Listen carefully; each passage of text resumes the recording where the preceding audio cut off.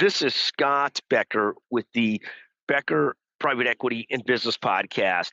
So today's discussion is celebrity speakers that have some sort of stain on them.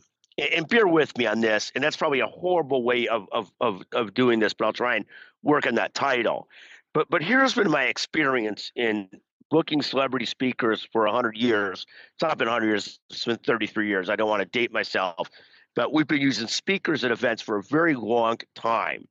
And this discussion comes a little bit out of, this past week, having Lance Armstrong booked for the McGuire Woods Healthcare Private Equity Conference. Over the years, we've had David Faraday speak, we've had Rick Pitino speak, Bill Clinton speak. Then we've also had lots of people that have not been particularly stained in some way or another, or marred in some way or another. Hillary Clinton, President Bush, Lou Alcindor / Kareem Abdul-Jabbar, and a host more that have not, had particularly a knock on them.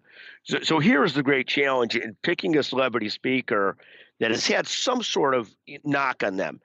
Rick Pitino had this whole scandal at one of his coaching jobs. People thought he would never coach again. Of course, he came back and has had this crazy success at St. John's this last year. Lance Armstrong, the most decorated American cyclist of all time, turned out plenty of doping scandals and all kinds of things. And so that sort of took away from his reputation. But he came to speak last week. David Faraday had some substance issues, some other issues, but just fantastic to listen to. Bill Walton, over the years, a character of characters, talked openly about sometimes recording on LSD and, announcing on LSD, and, no one better than Bill Walton. But what I have found fascinating over the years is the people that have a little bit of scandal, and regardless of how they handle it, whether they're overly apologetic, whatever their position is, they are interesting often. And that's not good nor bad, but they are interesting. Like, there are so many people that might have criticized the choice of Lance Armstrong as a speaker at the McGuire Woods Healthcare Private Equity Conference. But I could tell you this, the room was full. The room was explosive. Lance went and did a separate fitness thing at Barry's boot camp. It was organized by Holly Buckley and Jeff Cockrell and team, and just was fascinating and loved and interesting. And I think sometimes these people that have been stained or scathed, have a new humility to them, and particularly then, they're really sort of a pleasure in their own way, and they are interesting.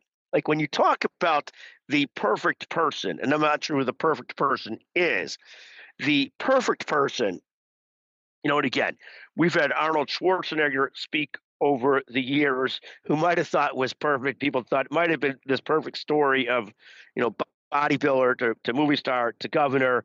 But then, of course, it turned out he impregnated the maid and had a baby with the maid, and ended up in a horrendous divorce with one of the scions of the Kennedy family. And, of course, makes Arnold bad, but also makes Arnold more interesting. Not good or bad, but interesting. And so, anyways, this is my thought today.